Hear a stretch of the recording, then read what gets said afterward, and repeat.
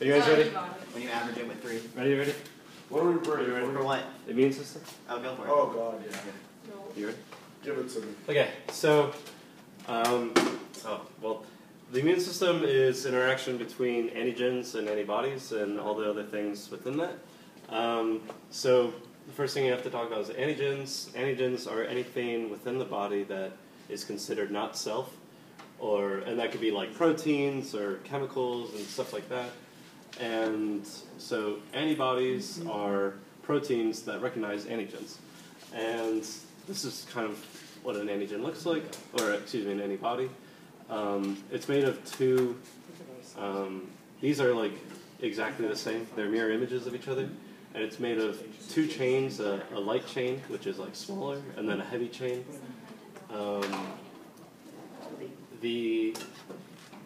Then there's, within these chains, there are conserved regions and variable regions. So these boxes here are what define the variable regions.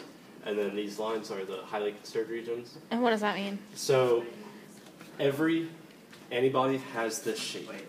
And that's because of these conserved regions. And then the variable regions are what recognize different antigens. And that's what makes it really useful, because these variable regions will bind to whatever it recognizes on the antigen. So antibodies bind to antigens, and the way that they get rid of it is they form these aggregates, like just this big mass of antigens, because it'll stick to, the antibody will stick to antigen, other antibodies will stick to other antibodies, and it just makes this big mass. And so whenever the body sees these big aggregates, phagocytes, Phagocytose. yeah, they phagocytose them and get rid of them. So these variable regions are defined by clonal selection, and there's a locus within the genome called the VDJ locus, and these three genes, each one is made up of a bunch of exons. So each one of these is just a whole lot of exons. Each one has a different amount of the exons within. And so there's this enzyme called VDJ recombinase, and it randomly picks out one of these exons and preserves it. Or rather, it keeps these and cuts everything out.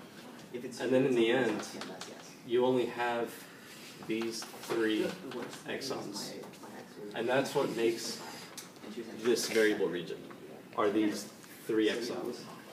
And so there's a lot of variable regions then? There must be a lot of different types? No, there's only, so this one has 100 or something variable regions, or exons. But all the different combinations? Yeah, there's a whole lot of combinations that you can make. Okay. Because it only chooses one, and then it only chooses one from all 3 of them. Okay. So that, multiplicatively, just you have an exponential amount of different combinations. And each B cell, or each immune cell, is specific to one of these combinations. Okay. Or, in other words, you'll have one B cell, and the VDJ recombinase in that one B cell will remove all this DNA such that it has this specific VDJ combination in that one cell. And let's just say that VDJ combination is VDJ1, right? So then there's another B cell that's forming at the same time, and it's going to have VDJ combination 2, right? And they're 2 separate cells, but they're both specific to different things based on those combinations. So yeah, let's go. So then this is the pathway of how an immune response is with a B cell, and the way the immune response is it's an interaction between B and T cells, but I'll talk about that later. So what happens is B cells are actually coated in antibodies. So like the entire surface is covered in these antibodies, and whenever it sees this antigen, so it could be like anything, it could be something on the surface of another cell, it could be something floating around in the extracellular matrix, it could be anything. Once it recognizes it, like the variable region touches, it endocytoses it, and it like chews it up and like breaks it up, and then this molecule called MHC class 3, 3 or 2? No, 2, sorry. It takes a piece of that antigen and presents it. So now this becomes an antigen presenting cell, which is the next APC. And so T cells localize to antigen presenting cells through the interaction of MHC2 and T cell receptor, or TRC. And what happens is there's a reaction between these two, and it induces the B cell to divide into 2 different types of cells. One of them is an effector cell, and the other is a memory cell. What the memory cell does is it is exactly what it sounds like.